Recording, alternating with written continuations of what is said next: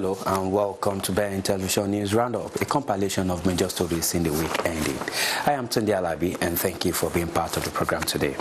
As we start from the U.S. President Barack Obama has praised United States health care workers for their service to contain and ultimately end the Ebola outbreak in West Africa.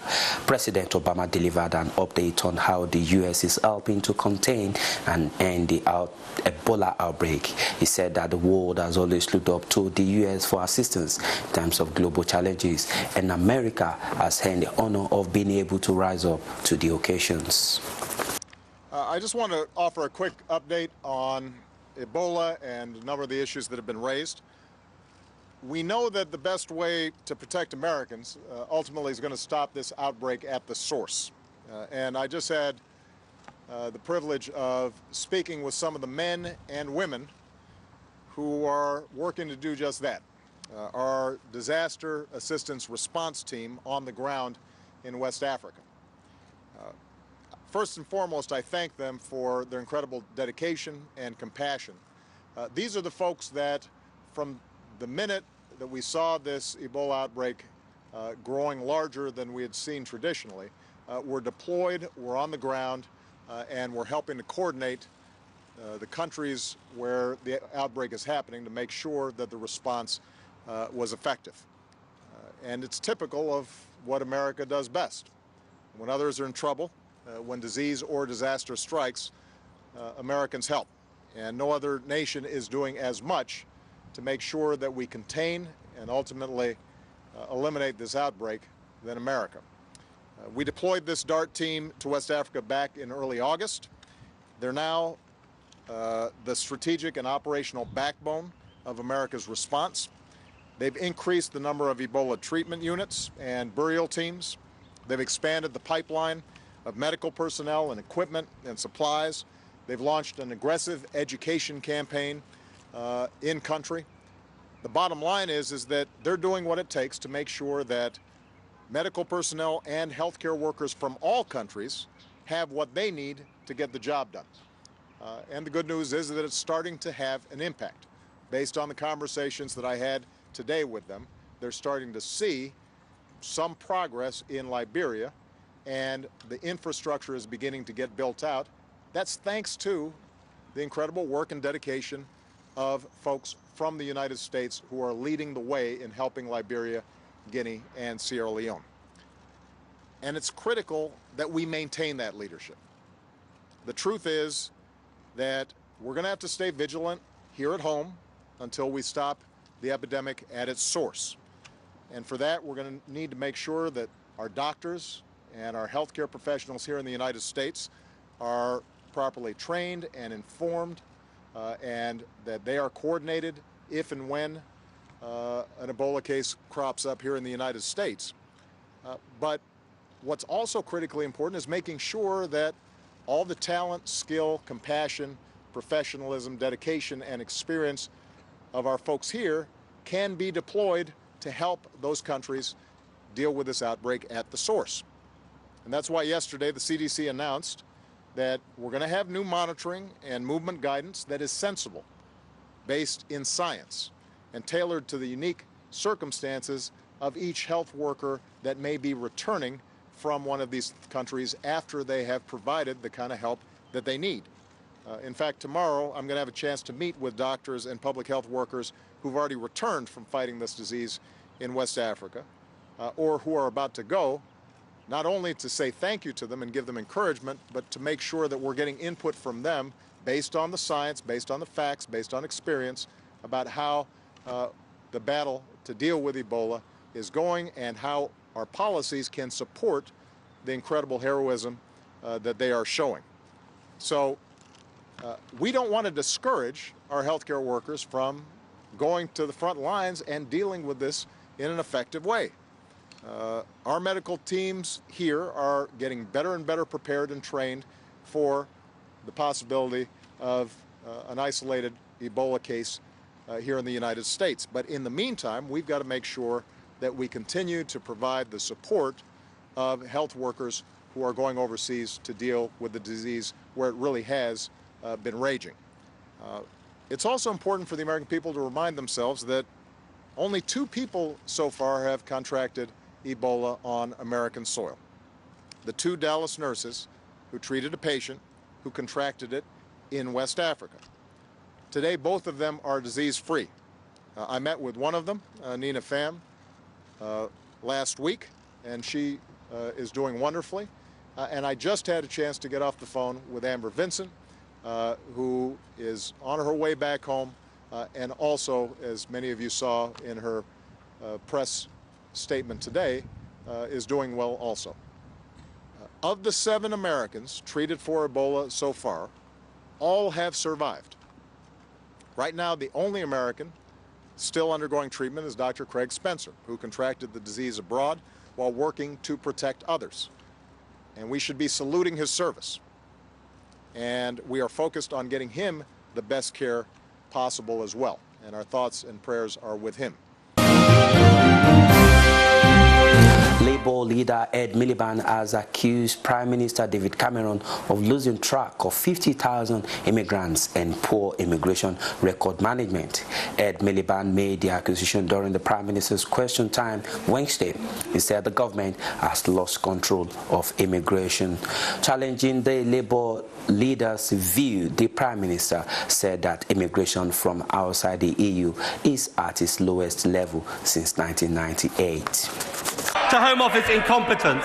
Can the Prime Minister explain why the number of asylum applicants awaiting a decision has risen by 70% in the last year? Let me just say this. We inherited from Labour a complete and utter shambles. A department that wasn't fit for purpose, computer programmes that wouldn't work, and an immigration system that was a complete mess. And before he asks his next question, he might want to apologise for the mess that Labour made. On this day of all days, there's only one person who should be apologising on immigration, and it's him for his total failure. And he's not putting it right, he's making it worse. Since 2010, the backlog has gone up, not down. They've wasted £1 billion on failed IT projects, and they've lost track of 50,000 people. And what was his promise, Mr. Speaker, before the elections? He said he would reduce net migration to tens of thousands a year. What is net migration now? Net migration is down a quarter from its peak under Labour. And net migration from outside the European Union is down to its lowest level since 1998. But he talks about records. I'm happy to contrast our record any time. Under Labour, net migration quadrupled. 2.5 million extra people came into our country. In 2004, they gave unrestricted access to our labour markets to 8 new European countries. He forgot to mention immigration in his conference speech altogether. And of course, there is that remark by Peter Mandelson that admits the last Labour government sent out search parties to look for extra migrants to bring to this country. I ask him again, get up and apologise for your record. Ebola in the UK. People living in London have expressed more concerns about Ebola outbreak and inability of world leaders to contain it. They, however, expressed confidence in the UK government to manage any outbreak. Our correspondent Friska Chantal takes reaction in this report. Today we are in Acne questioning people about the Ebola disease in West Africa. So let's find out how Britain can help beat the disease in West Africa. We'd like to know, what do you think Britain should do to help beat Ebola in West Africa? Honest answers, I don't know. Because, I mean, you know, people have been trying to solve the problem for 40 years, so I don't know how you're going to solve it. Okay. I think it's a bigger problem than just the disease. It's a bigger problem. It's a bigger problem than just the disease. I think any disease spreads. But you don't have any idea what Britain should do to help them to beat the disease in West Africa, what they should do? There's any medical research? Well, I think short term, yeah, they do medical aid. But longer term, I think they need to do a lot more. But that's always been the problem really with Africa, isn't it? Trying to sort it out. They've people have always given charity. Like I remember as a kid, we used to have a collection called Trocra. Okay. And every Easter, every Christmas, we used to put money into a box. Okay. And then when the box was full, we used to give the money then to Trocra. Basically, was an Irish charity for Africa. For Africa. but no matter how much money gets thrown at Africa, the problems don't seem to change. Okay. That would be my perception. The problems Alright. don't seem to change. So I think it's a bigger problem than just that disease. Okay. But if the disease came in your kid, do you think we can cope? Probably, yeah, I think so. Yeah. I think There's so. a reason for that? You think we're more... Well, one, I think it's easier to communicate because you can basically tell people what they should be doing. I think people are much more aware in general what they should be doing. Even if it's something like the flu, avoid contact with people. I think it's easier to tell people what they should be doing to make sure that it doesn't spread. I think they should invest in service.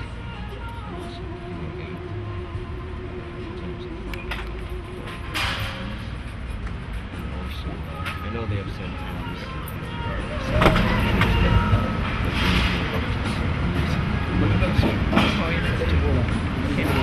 And if the disease arrive in your kids, do you think we can cope? yes, because they have national service, which is capable of helping, and they have a national disaster management which can cope. But third world countries like West Africa, I think they need more help in terms of international communities, more doctors. Well, we have more doctors here, but we will need more doctors there to help the people and to fight this disease and eradicate it as well. My personal belief is first they have to investigate where it came from and what's the source of Ebola. After that, and they have to help because end of the day they are connect to with West Africa. There is so many cultural relationship with West Africa, so they have some point they have a responsibility to help them. Okay, do you think we can cope if the disease arrive here? Oh, it's gonna be chaotic. It's gonna be panic. Panic. How? Because information technology is high here, so people in Africa, they don't have enough newspaper and they don't have information. So. But do you think we can cope? Yeah, it's gonna be panic, but we can cope. But it's gonna be very serious because everyone read newspaper, everyone they have internet, everyone. So the information is gonna spread within one day. So it's gonna be panic. Okay. For me, the Ebola is a man-made disease, it's not a natural disease. And England, like all the Europe and world, shouldn't send army to fight the disease, but send kind of more doctors and more people that know about everything about this disease, or at least try to understand where it comes from or how it is made. Because the Ebola is really ancient, it's quite old disease, but they created a weapon now to control the population. And they start already with Africa, because Africa is the poor world, so no one wants Africa.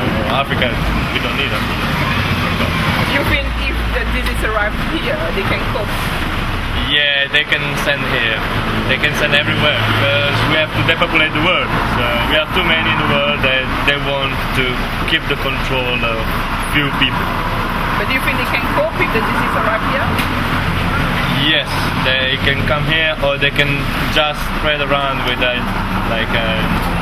from a hospital. It can be like a nurse said, oh yeah, I got Ebola, but after they release her and spread around Europe, or just even with the flights and wherever, it's really easy to spread around everything. Like even with the weather control, they spray everything in the sky, so they can even spray like Ebola or other kind of disease to just increase the money of the pharmaceutical industry. Well, thank you very much. That was a very great answer. Thank you. What I think you can do is to clean the whole dirty areas in West Africa, because most of the country in West Africa there's a kind of local areas that are very dirty, and the most affected people in those countries is people that live in that kind of dirty place. So the most important thing is to help them to clean the place, you understand, sort them out, to wash their hands, and then clean them. These are the most important things, because according to what I say, there's not yet available like vaccine which can show that people can be able to survive, or at least help them to clean where they spend their day, where they sleep, help them to clean the environment is the most important thing. Okay. Do you think we can cope if the disease arrives here? Well, yeah, here is kind of, there's so many diseases going around here, most dangerous than Ebola in Africa, but people still surviving because they eat good, they sleep good, and then they've got people that are looking after them, you understand? So I believe we can cope. West Africa, what is happening in West Africa at the moment? All I think they can do just to find something they can use for it, actually, because Ebola is no, I think what I heard about Ebola, they said it's been existing since like 1970 from Congo. I just heard that, fine, but all I think they can do just to cure the Ebola is for just I think if they can find something like something like medicine. I think if there's a medicine they can cure it back home, I think there's a lot of medicine they can use back home that which can cure the thing. Fine, but for white people, for a Western country to help them, I think that's most important thing. For every Western country can help them, because there's a lot of things this country more than Ebola still, which I know that a lot of people infect by different disease in the Western country as well. But still, if they can help back home, there's something I know that they can do something to sort it out back home. Okay. There's a lot of things they can do. Okay. Do you think we can cope if the disease arrives here? Of course. How? They cope. If they can, if disease come this country, probably nobody will gonna die. Nobody will die, because this is a Western country, and then they know what to do. That's the reason why I said, if white people are involved into that, they will cure it.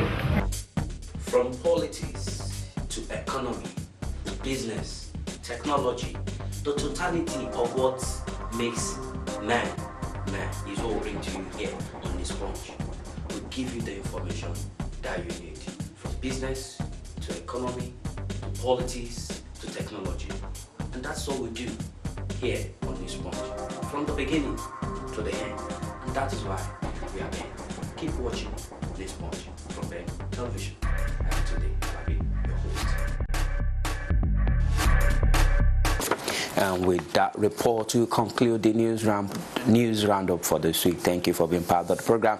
I am today Alabion to come your way again with another news headline in the weekend. Do stay out of trouble and be good. Bye.